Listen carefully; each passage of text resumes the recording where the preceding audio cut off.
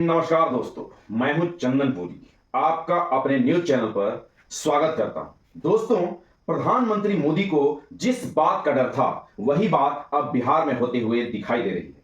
पहली बार 11 बरस में एनडीए में खुलेआम बगावत हो रही है और वह भी चुनाव के बीचों बीच। सीटों को लेकर कई सहयोगी दल हैं एनडीए के पास, जिनके बीच में तलवारें खींची हुई सी दिखाई दे रही हैं। जेडीयू नीतीश कुमार की पार्टी का आलम यह है कि वह जो कुछ खेमों में बटे हुए दिखाई दे रही है। आप कह सकते हैं कि गुजरात लॉबी के हाथ से मामला फिसलता हुआ दिखाई दे रहा है। अब अगर नीतीश की ही बात कर लें, जो कि जेडीयू से हैं, उनकी पार्टी की तो दो कैंप साफ साफ दिखाई दे रहे हैं। एक तरफ नीतीश कुमार के वफादार हैं, जो विरोध में अमित शाह के धरने पर बैठे हैं या एमपी सांसद इस्तीफे तक की पेशकश कर रहे हैं, और दूसरी तरफ जेडीयू के कर्मचारी अध्यक्ष संजय झा और मंत्री लल्लन सिंह अमित शाह की गोद में बैठे हुए हैं। तो एक तरफ नीतीश कुमार के वफादार हैं और दूसरी तरफ अमित शाह की गोद में भी समाजवादी नेता जेडीयू के नेता हैं। उधर नीतीश कुमार के करीबी जीतन राम मांझी, जो कि केंद्रीय मंत्री भी हैं और एनडीए के सीनियर लीडर भी हैं, उनकी अपनी पार्टी है। बहुत ही कम सीटें उनको मिली हैं और उनकी नाराजगी का आलम यह है कि वह खुलेआम बगावत का बिगुल फूंक रहे हैं। अमित शाह की लिस्ट को एक तरह से अस्वीकार कर दिया गया है और सार्वजनिक तौर पर बोल दिया गया है कि जो सीटें चिराग पासवान को मिली हैं, मतलब कि जो सीटें अमित शाह ने चिराग पासवान को दी है, वहां पर जीतन राम मांझी अपने उम्मीदवार को चुनाव में उतारेंगे। यानी एकदम खुलकर बगावत का बिगुल फूंक दिया है। जीतन राम मांझी के ही जुबानी सुन लीजिए, आखिर जीतन राम मांझी ने कैमरे पर क्या। तब फिर जदयू के सीट पर कोई दूसरा क्यों उनसे मूल दे रहा है, और हम उनसे सहमत होते हुए हम भी जो बोध गया से पर्टिकुलर नेता का जो सीट मिला है वहाँ, और मखदुमपुर से जो सीट मिला है वहाँ भी हम अपना लोगों को। दिल्ली में प्रधानमंत्री मोदी विदेश से आए हुए मेहमानों की आवभगत में जुटे रहे, लेकिन कहीं ना कहीं उनके जहन में बिहार का ध्यान चल रहा था। इसीलिए नरेंद्र मोदी ने एक आपात बैठक बुलाई और ऐसा कहा जा रहा है कि उनकी चिंता एनडीए में है। जो दरारें गहरी पड़ चुकी हैं, उसको लेकर यह फैसला किया कि मोदी ने अमित शाह से कह दिया कि वो तुरंत पटना पहुंचे, पटना रवाना हो और ये जो आग लगी है इसको जाकर बुझाएं, एनडीए की आग को बुझाएं। और आप कह सकते हैं कि मोदी और शाह को बिहार जीतने का प्लान फाइनल कर रहे थे, उसको एग्जीक्यूट कर रहे थे। इस वक्त हालात यह हैं कि पहले घर की आग बुझानी पड़ रही है, प्लान तो बाद में देखेंगे। अब दोस्तों, जिस तरह एनडीए में हालात बेकाबू हुए, अगर आप गलती देखें तो मोदी से कहीं ज्यादा गलती अमित शाह की लगती है।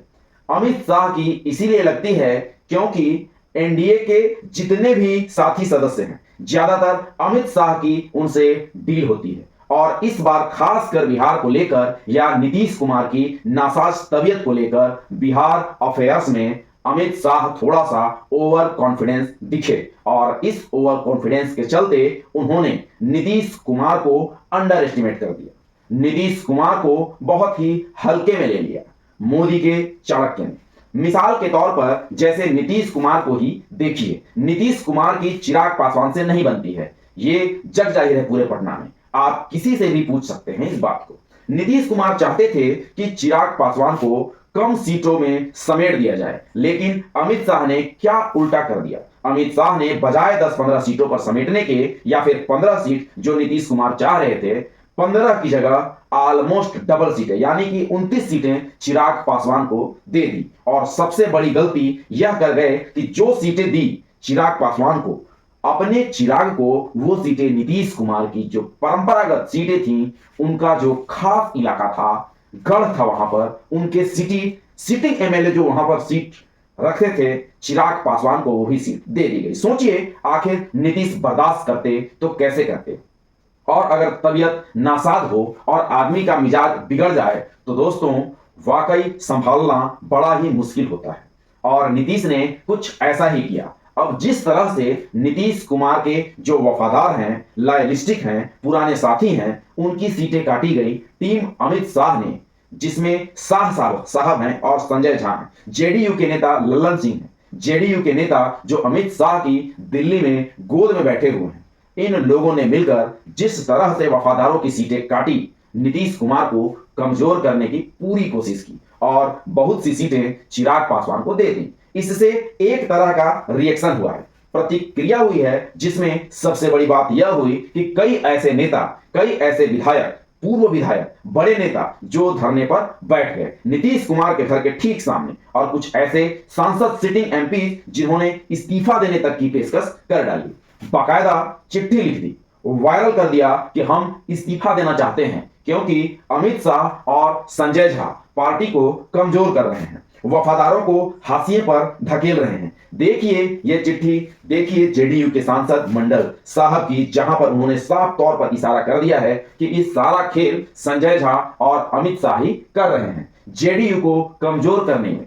अब दोस्तों, नीतीश कुमार की तबियत भले ही नासाज हो, बिगड़ी हुई हो, लेकिन यह बात सही है कि उनकी राजनीति में कोई असर नहीं आया है और शायद अमित शाह को सबक सिखाने के लिए उन्होंने कल रात एक दांव चल दिया, और दांव यह था कि नीतीश कुमार के कुछ लोग जानबूझकर कांग्रेस के संपर्क में आए और उनके दूत तेजस्वी यादव के संपर्क में आए, आरजेडी के संपर्क में, यानी मैसेज देने की पूरी कोशिश कर दी गई गुजरात वाली को, खासकर अमित शाह को, जो कि हमारे विकल्प खुले हुए हैं और हम कुछ भी कर सकते हैं। अमित शाह को समझाने का यह एक अच्छा तरीका था। शायद इसीलिए अमित शाह को भी मोदी को भेजना पड़ा पटना की ओर कि समय रहते आग पर काबू पा लिया जाए। अब दोस्तों, आज का जो बड़ा सवाल है, बल्कि मैं ये कहूं कि स्ट्रेट क्वेश्चन ये है कि नीतीश कुमार का अगला कदम क्या होगा और इसको काउंटर अमित शाह मोदी कैसे करेंगे, क्योंकि अगर यह आग